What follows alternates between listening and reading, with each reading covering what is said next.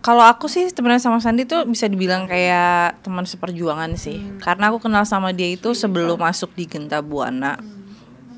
Jadi aku kenal dia tuh di Aneka Yes. Kita sama-sama satu ajang pemilihan Top Guest Aneka tahun 99 gitu. Waktu itu Sandi memang apa ya? Karena kita deket waktu itu, acara zaman dulu kan suka ada karantina kan. Jadi ya karantina itu kalau nggak salah 3 hari atau 5 hari.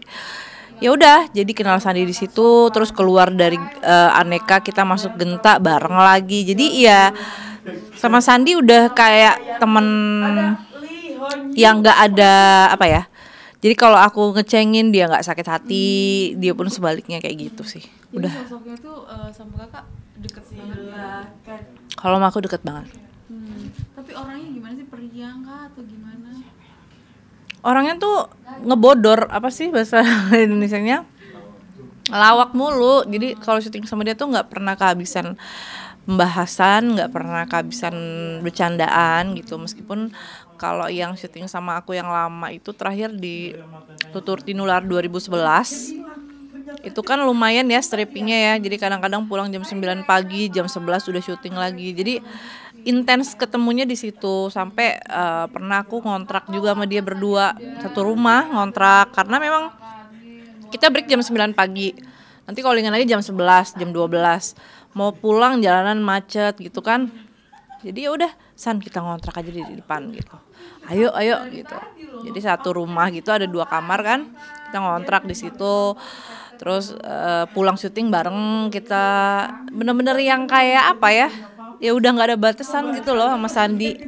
Dia apa-apa juga cerita. Tapi aku sama Sandi nggak pernah yang namanya bahas terlalu jauh masalah pribadi masing-masing ya. Jadi kita bener-bener yang dia mau ceritain, tapi aku nggak begitu tahu gimana dia dalamnya kayak gimana gitu, aku sih nggak tahu. Mungkin ketemu kapan kak, mungkin masih ada komunikasi gitu.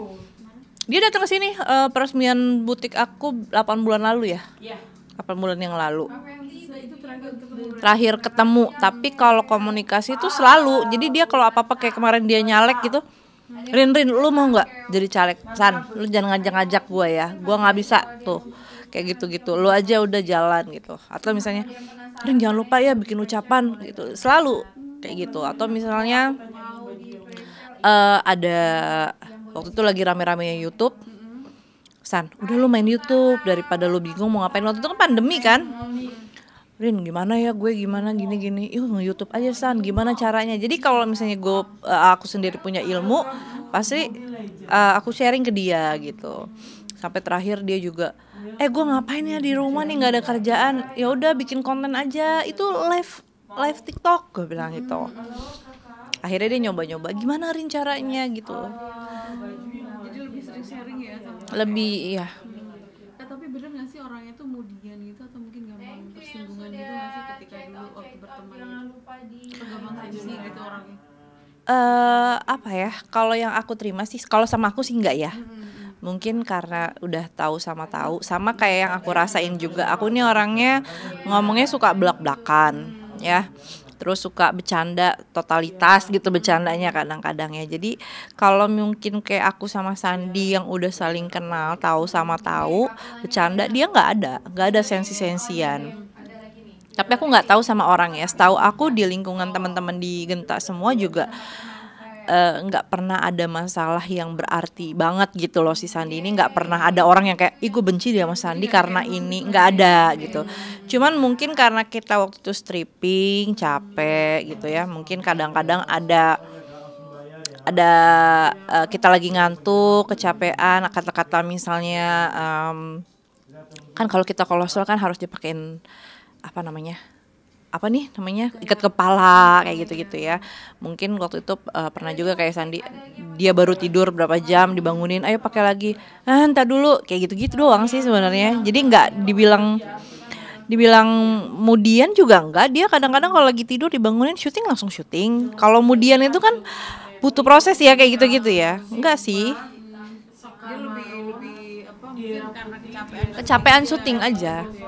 Kak mungkin kakak dengar ketika beliau dibunuh itu gimana sih? Pagi-pagi tuh aku ada yang nge-share di grup Jadi kita tuh sampai sekarang masih ada grup Genta Buana Family, grup besar. Itu tuh yang di dalamnya ada Anto Wijaya juga, ada Bang Hairil GM juga, ada sesepuh juga banyak di situ kan. Dia nge-share, terus aku langsung komen, bener nggak nih? Jangan nyebar berita hoax ya gitu. Karena memang aku sama Sandi tuh kalau misalnya rumahnya dekat, kadang-kadang aku main ke mall sini ketemu Sandi, kesini ketemu Sandi, istrinya pun juga sering kesini belanja baju, sering banget. Rin, ada baju model terbaru apa bini gue mau gitu. Jadi pas denger berita itu tuh kayak percaya nggak percaya gitu. Sampai terakhir aku jalan ke rumah dukanya juga, itu kita kayak masih mempertanyakan ini benar nggak sih gitu. Jadi belum meyakini bahwa si Sandi ini meninggal, padahal beritanya sudah banyak kan. Dan kita juga pada saat itu, pada hari tanggal berapa ya kejadian itu ya? Hari Minggu ya, hari Minggu malam. Kita nggak tahu tuh dia sudah dimakamkan kah, sudah apa, pokoknya waktu itu kalau nggak salah aku hari Minggu nggak bisa datang, jadi aku datangnya hari Senin sama teman-teman tuh. Pokoknya hari Senin itu kita nothing tulus loh, pokoknya kita jalan ke sana. Kita nggak tahu di sana ada istrinya atau enggak, ketemu rumahnya atau enggak, pokoknya kita jalan aja. Ada juga yang nge-share alamatnya. Dan itu juga nggak tahu alamatnya itu bener apa enggak. Cuman yang aku tahu memang dia tinggal di Cibarusa. Terus aku bilang sama teman-teman, yaudah pokoknya kita jalan aja, kita cari aja dulu komplek Cibarusa itu. Nanti kita tanya aja di sana gitu. Jadi memang perjalanan ke sananya dimudahin. Terus alamat yang ternyata yang di share lognya itu juga akurat lah gitu. Ya udah pas datang ada bunga-bunga gitu. Wah bener ya berarti ya gitu. Cuman kita kayak gak bisa terimanya, kenapa sih lo harus meninggal dengan cara kayak gini gitu. Itu sih yang masih kayak nyesek gitu. Tapi kakak kenal gak sih dengan sosok yang membunuh? Kabarnya kan dia juga Kru ya. dari salah satu sinetron juga kan pada waktu itu kan. Aku nggak tahu ya kru itu pernah di Genta Buana apa enggak sampai sekarang. Yang tahu memang dia soundman ya, soundman di Tukang Bubur Naik Haji. Tapi biasanya kalau ruang lingkup sinetron itu kan kecil, ya pasti tahu dan kenal. Kalau aku lihat fotonya memang familiar mukanya. Tapi jujur aku memang nggak mengenal pribadi orang itu. Entah dia kenal aku atau enggak, aku nggak ngerti. Cuman aku sendiri mukanya memang kayak pernah lihat di mana ya ini orangnya, entah gitu. Cuman nggak tahu aku namanya, Nana aku nggak kenal. Yang dipanggil Gimbal itu juga aku nggak kenal. Tapi kalau menurut kakak sendiri si pelaku ini apa punya dendam pribadi gitu? Saya ingat kan Sandi kan sama kakak begitu dekat gitu ya, dengan sosoknya yang gitu suka ngelawak gitu. Apa ya, Sandi ini kan memang dia ada jiwa kepemimpinannya tinggi ya. Makanya dia juga mungkin kemarin terakhir nyalek gitu ya. Terus sebelum nyalek pun dia juga di lingkungan tempat tinggal dia juga, kalau nggak salah dia pernah jadi RW atau RT, pokoknya kayak gitu. Sebelum pindah ke Cibarusa ini dia tinggal di Bukit Golf juga, dia vokal gitu. Ya mungkin dia dengan pelaku ini aku kurang tahu ya konfliknya apa. Mungkin dia Sandi mungkin kayak mengkomplain apa sesuatu dari ini gitu.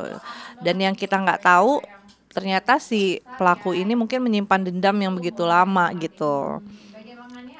Gitu sih kalau menurut dari istrinya ya yang aku dengar gitu. Hari ini kak sudah ditangkap. Iya, alhamdulillah. Lihat kan pas di media sosialnya itu gimana? Kebetulan kemarin sebelum tertangkap aku ngelihat fotonya dari istrinya karena sempat ketemu kemarin. Kita sampai siapa ya nih orangnya, kayaknya kenal gitu. Terus rambutnya panjang, gimbal gitu kan. Cuman aku ngebayangin memang face mukanya aja, karena aku pikir nggak mungkin nih orang kalau melarikan diri pun pasti dia akan potong rambut atau apa, berubah penampilan gitu kan. Terus tadi pagi waktu ada yang hubungin aku ya, ngomongin suami aku ya kalau nggak salah ya. Juga itu aku belum tahu tuh kalau udah tertangkap kan, rada siangan lagi baru ternyata udah ketangkap. Oh ya udah, alhamdulillah, karena kemarin memang baru ditanganin sama setempat kan, ini Bekasi, dan akhirnya kasusnya sudah sampai Polda kan. Nah itu aku udah pikir kayaknya kalau kasus ini udah sampai Polda akan lebih cepat gitu. ketangkapnya gitu. Alhamdulillah sih udah ketangkep. Aku ngelihat istrinya, dia kayak apa ya, aku ada yang sedih juga sih. Ada beberapa aku baca yang komen orang, kok istrinya kayak nggak sedih ya gitu ya. Tapi pada saat aku di tempat itu, yang aku lihat adalah memang udah terlalu sedih. Jadi yang aku terima, dia udah nggak sanggup lagi untuk nangis gitu ya. Mungkin udah capek dia nangis. Malah yang aku lihat adalah kesel, marah. Yang dilihat dari raut muka itu kayak marah ke si pelaku gitu. Ya kan sampai dia bilang kan nyawa dibayar dengan nyawa. Iya, kayak gitu. Dan apa ya, yang aku sayangin kenapa nggak ada dari pihak keluarga pelaku sendiri yang berusaha untuk datang gitu ya, gitu sih. Yang aku tanyain pertama itu, gimana teh udah ada, ya padahal kan rumahnya kelihatan, tinggal selengkah juga nyampe gitu kan. Iya, jadi kayak gang sini, ini sini, dia di sininya. Jadi kalau tempat kejadian itu belok ke sini udah rumah Sandi. Enggak, justru. Jadi pas rumah Sandi kita langsung parkir kanan kan. Kalau lurus sedikit itu TKP-nya. Makanya kemarin yang mana ya, karena nyampe sana polis lainnya juga udah nggak ada, udah dicabut atau dekat. Karena rumahnya dempet-dempet kan. Terus jalanan mobilnya juga ya 2 mobil tipis banget gitu. Jadi memang padat gitu.